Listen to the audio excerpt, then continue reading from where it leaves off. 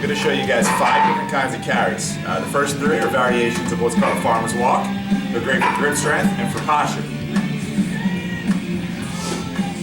Grab 2 weights, hold them down by the side, stick your chest out, squeeze the shoulder blades together,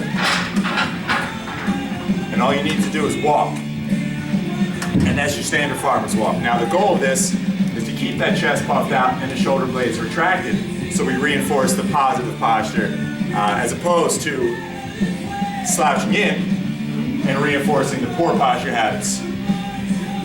So 2 other variations that we can do would be a one-arm farmer's walk, which means you're going to carry just one weight. You're going to make sure your shoulders are level, your spine is straight. A lot of times people have a tendency to slouch down to the side as the weight gets heavy. And same principle, you're just going to walk. The other one we're going to do is called an offset farmer's walk. So you notice there's 2 different sizes of kettlebells in my hand. It's going to require a little bit of core stabilization. So same idea, keep the shoulders straight, the spine straight, and walk. Our gym is about 50 feet long, 40 feet across. So if we take 1 lap around, it's supposed to be 60 yards. If you factor in, people maybe cut corners here and there, it's probably about 50 yards. I think 50 yards is a really good starting point for most carries. And then as you get stronger, instead of just focusing on more weight, sometimes you can go 60, 70, 80, 90 yards and kind of measure, track yourself that way. So another kind of carry that we can do is called a bottoms-up kettlebell carry. This is great for shoulder stabilization.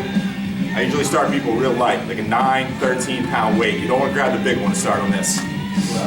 Keep the head of the kettlebell up in the air, form a 90-degree angle, and keep the elbow tucked when you don't flare it. And as you walk, kind of fight that urge to let the elbow drop here. So again, it's a really good posture and shoulder stabilization exercise. And the last version that we can do, put the kettlebell inside of the wrist, hold the arm straight up in the air, and you want to make sure it's not in front of you. You want to go for a little bit of range of motion here. And again, just walk, stabilize. Go ahead.